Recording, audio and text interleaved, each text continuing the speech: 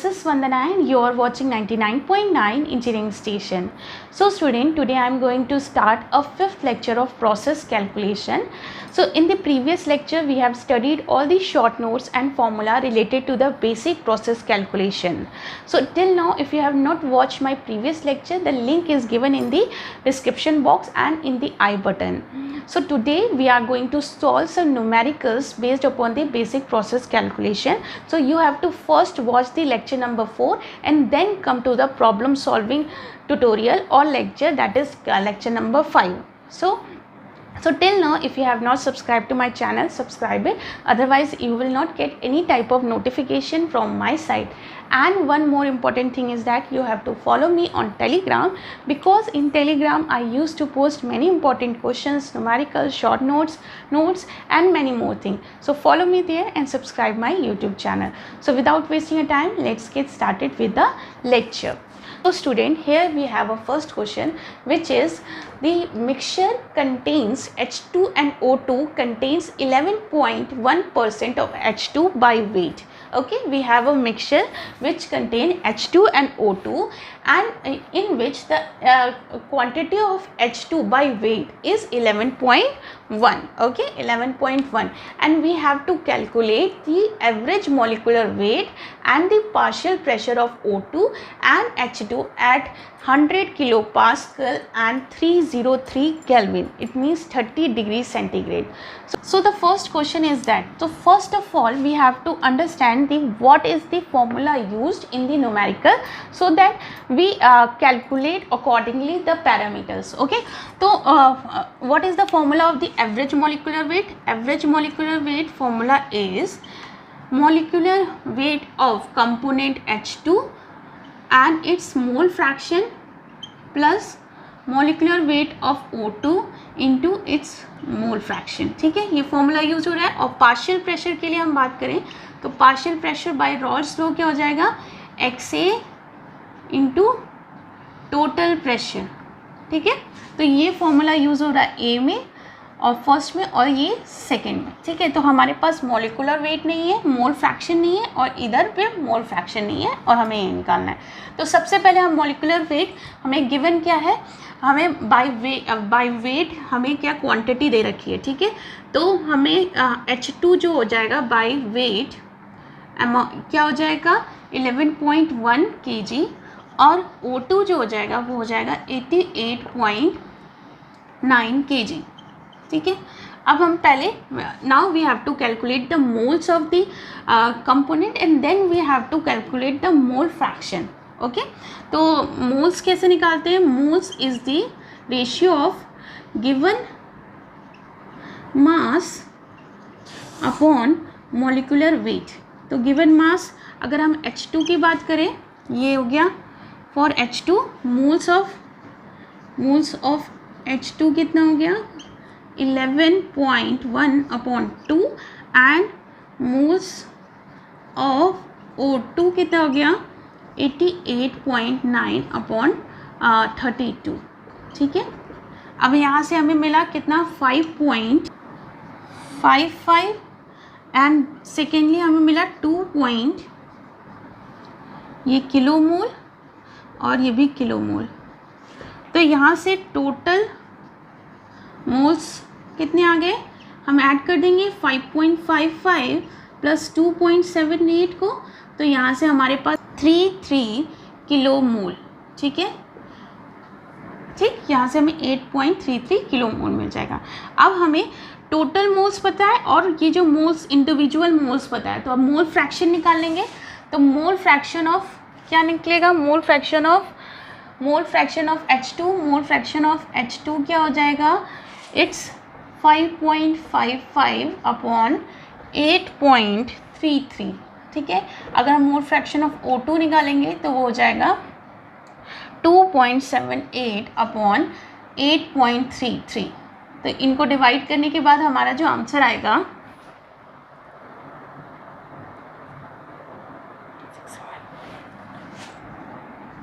0.67 and 0.33. ठीक है, अब हमें मोल फ्रैक्शन पता चल गए, मॉलिक्यूलर वेट पता है, तो सिंपली हम put all the values in equation A, then average, therefore average molecular weight is 2 into 0.67 plus 32 into 0.32. So finally we get V average is equal to how much? 11.9. Okay, तो हमारे पास V average जो आ गया 11.9 आ गया। ठीक, अब हम जो है सेकेंड फॉर्मूले में, जो हमारा फर्स्ट जो पार्ट था वो सॉल्व हो गया। अब सेकेंड फॉर्मूला क्या है कि partial pressure is equal to mole fraction of A, mole fraction into total pressure. ठीक है, तो मोल फ्रैक्शन अगर हम बात करें पहले पार्शियल प्रेशर H2 का, तो यहाँ पे मोल फ्रैक्शन कितना था 0.67 इंटू 100 किलो पास्कल हमारे पास वो है, तो सिंपली, और O2 का क्या हो जाएगा 0.33 इंटू 100। तो यहाँ से हमारे पास जो दोनों कंपोनेंट के पार्शियल प्रेशर आ जाएंगे 67 किलो पास्कल और 33 किलो पास्कल। ठीक है, तो इस तरीके से इस न्यूमेरिकल को सॉल्व करना है। तो बेसिकली जो मेरे अकॉर्डिंग जो सॉल्व करने की जो टेक्निक है, मैं इस तरीके से सॉल्व करती हूँ कि कौन सा फॉर्मूला यूज़ हो रहा है जो हमें फाइंड आउट करना है। तो फाइंड आउट करने की हमें फॉर्मूला पता चल जाएगा, तो फॉर्मूले पता होने से हमें ये आइडिया रहता है कि कौन कौन से पैरामीटर हमें ढूंढने हैं। अगर ये पैरामीटर्स पता होंगे तो और बेसिक फॉर्मूले पते होंगे तो नॉर्मली हमारे पास सारे इक्वेशन सॉल्व हो जाएंगे और फाइनली हमें आंसर मिल जाएगा। तो ये एक अच्छी टेक्निक है सॉल्व करने की न्यूमेरिकल्स को। ठीक है, now the next question we have that is assuming air contains 79% N2 and 21% O2 by volume. ठीक है, and we have to calculate the density of air at NTP. ठीक है, we have to calculate the density of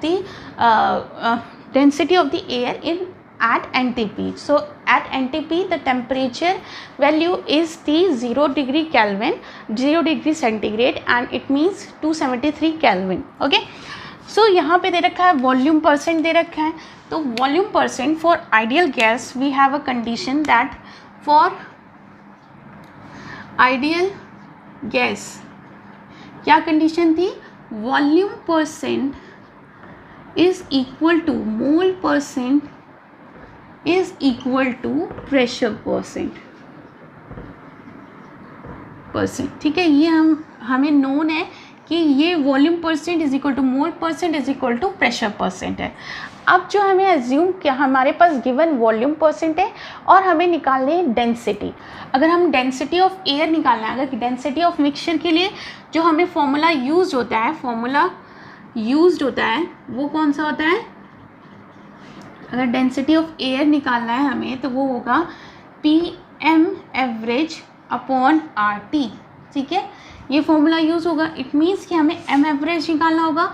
M average निकालने के लिए हमें क्या moles और मोल फ्रैक्शंस चाहिए होंगे, और P भी हमें प्रेशर हमको पता है कि NTP रखना है, T भी हमें पता है और R की वैल्यू उसके अकॉर्डिंग रखनी है। तो इसका मतलब सबसे पहले हमें वॉल्यूम परसेंट के रिलेशन से हमें क्या मोल परसेंट रिलेशन निकालना है, यानी कि सॉल्व करेंगे तो यानी कि हमारा हो जाएगा volume percent is equal to the mole percent. तो इसके पास मतलब जो वॉल्यूम परसेंट, तो मोल्स परसेंट ऑफ N2 कितना हो गया, that is 79, and mole percent of O2 जो हो गया वो हो गया 21। ठीक है, अब मोल फ्रैक्शन जो होता है, जो हम मोल परसेंट अगर निकालें, मोल परसेंट क्या होता है, मोल फ्रैक्शन इंटू 100 होता है। हम परसेंटेज इसी तरीके से तो निकालते हैं, तो हमें ये गिवन है, तो यहाँ से मोल फ्रैक्शन क्या हो जाएगा, मोल फ्रैक्शन हो जाएगा मोल परसेंट अपॉन 100। ठीक है, तो सिंपली अगर हम N2 की बात करें तो मोल फ्रैक्शन ऑफ N2 कितना हो जाएगा 79 अपॉन 100, दैट इज 0.79। और अगर हम मोल फ्रैक्शन ऑफ O2 करेंगे तो होगा 21 upon 100, that is 0.21। Mole fraction मिल गया। ठीक है। तो अब मोल फ्रैक्शन मिल गया तो हमें एवरेज मॉलिक्यूलर वेट निकालने आ जाएगा। एवरेज मॉलिक्यूलर वेट क्या हो जाएगा, सिंपली 28 इंटू 0.79 प्लस 32 इंटू 0.21, ठीक है। तो यहाँ एडिशन और मल्टीप्लिकेशन करने से एम एवरेज जो हमारा आ जाएगा वो होगा 28.84। तो यहाँ हमारा एम एवरेज आ गया 28.84, ठीक है।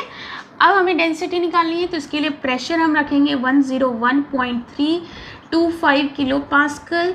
टेम्परेचर हम लिखेंगे 273 kelvin, that is 0 degree centigrade. और क्या होगा, और क्या चीज़ है यहाँ पे, आर की वैल्यू जो रखेंगे वो 8.314 किलो पास्कल में जो हमारी यूनिट होती है, जो like metre cube, kilo pascal और किलो मोल और क्या केल्विन में, ठीक है। तो यहाँ से हम अगर वैल्यूज़ रखते हैं वी रो एयर की, तो हमने रखा 101.325 into M average 28.84 upon R कितना आ गया 8.314 इंटू 273। तो यहाँ से हमें डेंसिटी ऑफ द एयर मिली कितनी, 1.287 kg पर मीटर क्यूब। ये जो हमारा फाइनली डेंसिटी आ जाएगी। तो देखिए कोई डिफ़िकल्टी नहीं है, मैंने आपको बताया। सबसे पहले अगर क्वेश्चन पूछा जाए तो सबसे पहले we have to understand the what type of formula use for calculating that main part of the equation. फिर मेन पार्ट ऑफ इक्वेशन के लिए जो फॉर्मूला यूज होगा उसके अकॉर्डिंग सारे पैरामीटर्स निकाल लीजिए और फाइनली उसी इक्वेशन में वैल्यू पुट कर दीजिए, ठीक है। तो बहुत सिंपल हो जाता है question. Now come to the third question, that is 196 gram of sulfuric acid H2SO4 are dissolved in the water to prepare a 1 liter of solution and we have to calculate the molality, ठीक है। Molality निकालनी है तो molality का formula क्या होता है, formula use जो हम करेंगे, फॉर्मूला यूज जो करेंगे वो क्या होगा, मोलालिटी क्या होता है, मोल्स ऑफ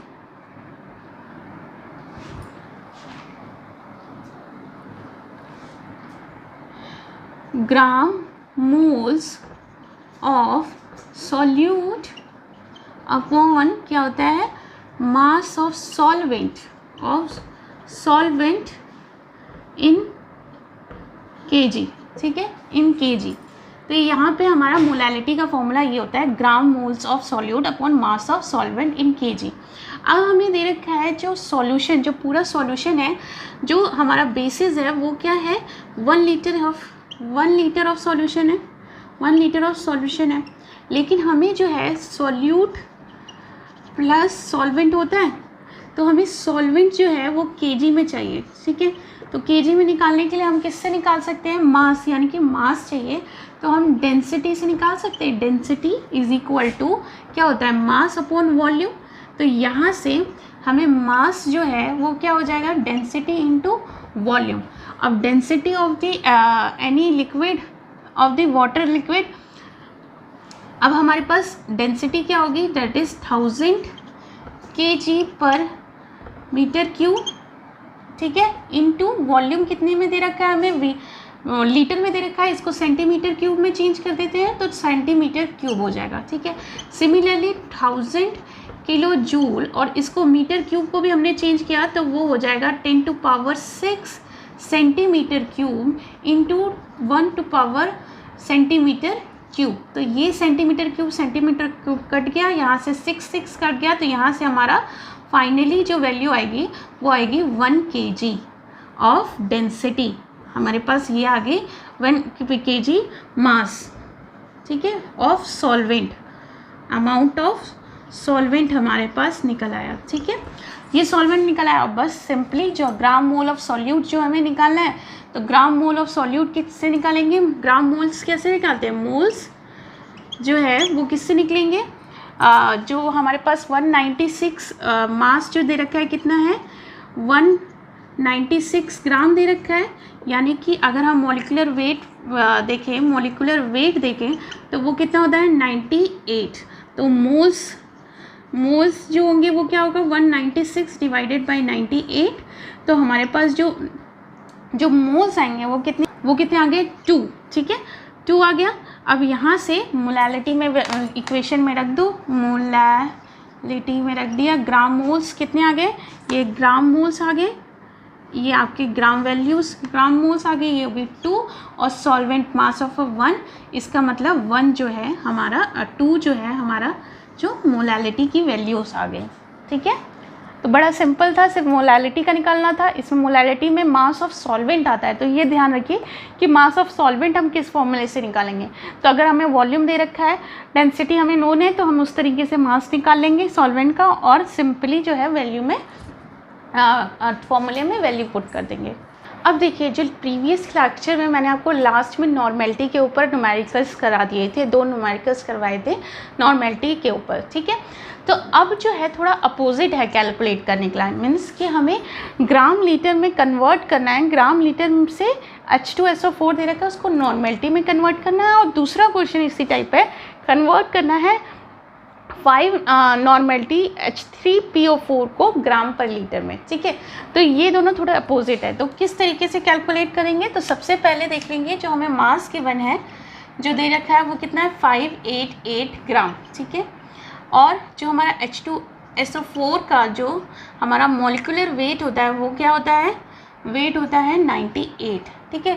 तो इससे ग्राम वैलेंस कितना हो गया, वैलेंस हमें नोन है कितना होता है 2, ठीक है, ये 2 पता है। और हमें ग्राम इक्विवेलेंट कितना हो जाएगा, इक्विवेलेंट कितना हो जाएगा, होता है क्या मॉलिक्यूलर वेट अपॉन वैलेंस, तो 98/2, तो यहाँ से आ गया 49।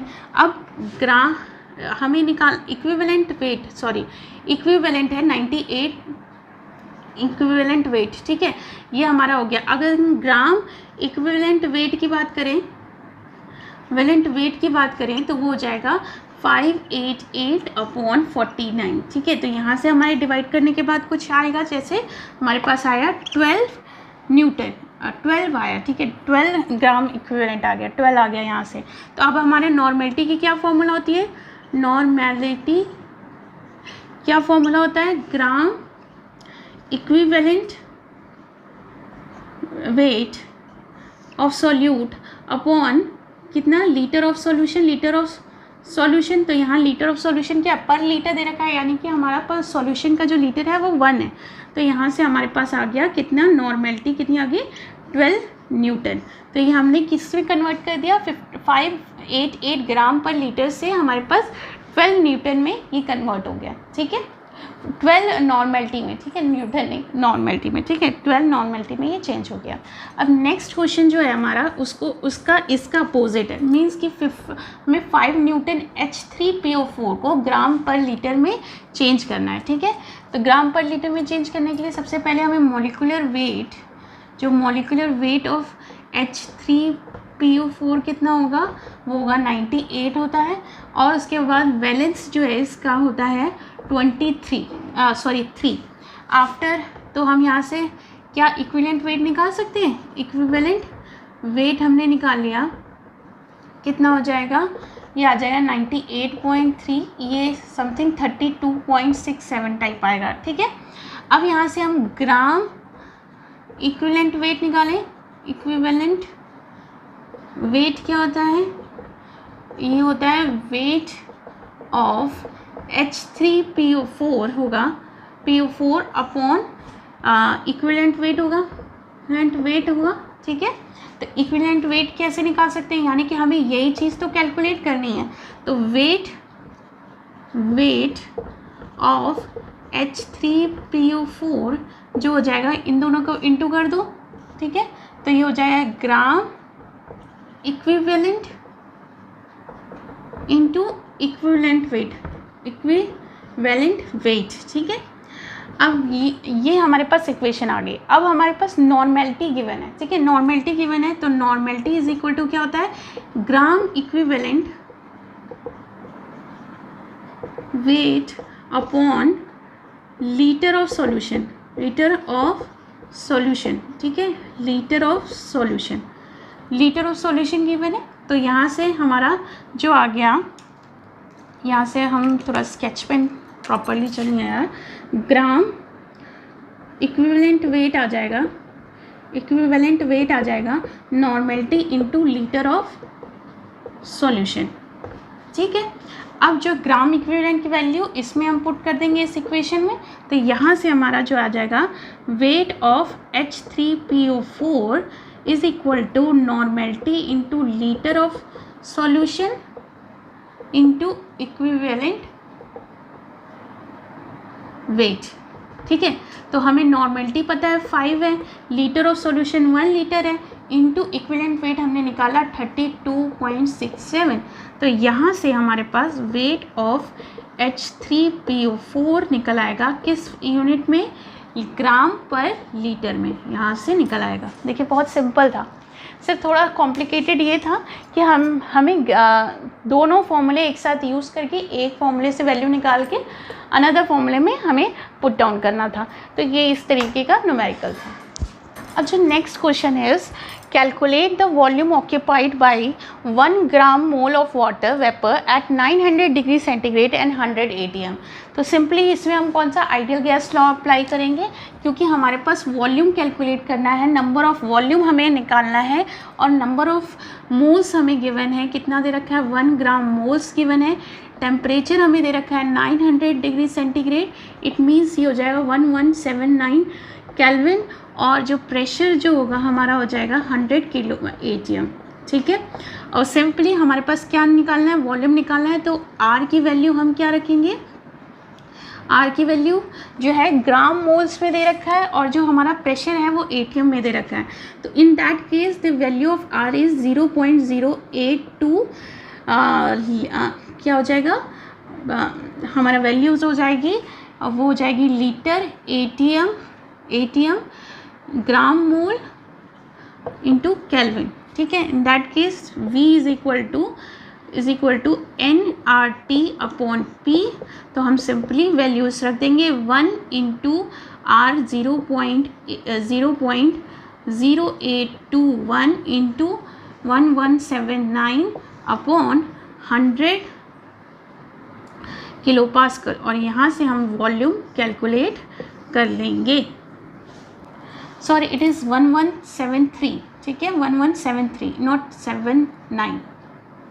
ओके, तो यहाँ से हम जो 3 सारी वैल्यूज़ आइडियल लॉ में पुट करके सिंपल तरीके से वैल्यूज़ सारी मिल जाएगी। ठीक है, सो नेक्स्ट क्वेश्चन जो है मैं और भी आपको करा सकती हूँ, लेकिन ये प्रैक्टिस के लिए आपको करना होगा। जैसे नॉर्मेलिटी के ऊपर, और नॉर्मेलिटी जो कंसंट्रेशन रिप्रेजेंटेशन का फॉर्म है सॉल्यूट का, तो उसको रिप्रेजेंट करने के लिए नॉर्मेलिटी पे बहुत सारे न्यूमेरिकल्स आप कर लीजिए, आइडियल गैस लॉ पे न्यूमेरिकल्स कर लीजिए। आइडियल गैस लॉ पे आप ये ज़रूर देखिएगा कि R की वैल्यू किसके रिस्पेक्ट में रख रहे हैं। अगर हमारे पास नंबर ऑफ मोल्स और प्रेशर्स देख लीजिएगा किस यूनिट में गिवन है, उसी के अकॉर्डिंग आप R की वैल्यू निकालिए, और उसके अकॉर्डिंग ही आपसे क्वेश्चन पूछा गया होगा कि वॉल्यूम निकालना है कि प्रेशर निकालना है कि टेम्परेचर निकालना है। तो एक क्वेश्चन और होता है जिसमें टेम्परेचर निकालना होता है।